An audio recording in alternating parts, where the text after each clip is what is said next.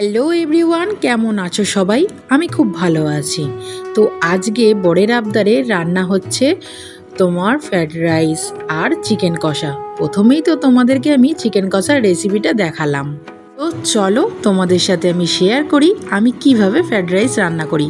প্রথমেই দুটো ডিম ফাটিয়ে দিয়ে দিলাম গরম তেলের ওপরে, সেটাকে ভুজিয়া করার জন্য। তো ফাইনালি আমার ভুজিয়াটা রেডি হয়ে গেছে। তো ওই কড়াইয়ে আমি এখন দেব ঘি।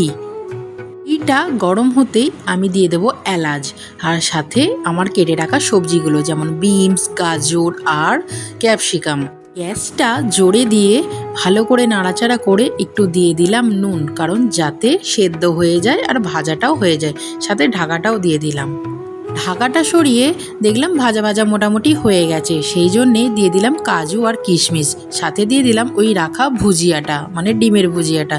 তো ভালো করে আমি এখন নাড়াচাড়া করে পরিমাণ মতো নুন, পরিমাণ মতো চিনি আমি দিয়ে দেব, দিয়ে সেটাকেও ভালো করে নাড়বো। নাড়াচাড়া করার পর ভাতটা আমি আগে থেকে করে রেখেছিলাম, আর দেখতে পাচ্ছ কতটা ঝুরঝুরে হয়েছে।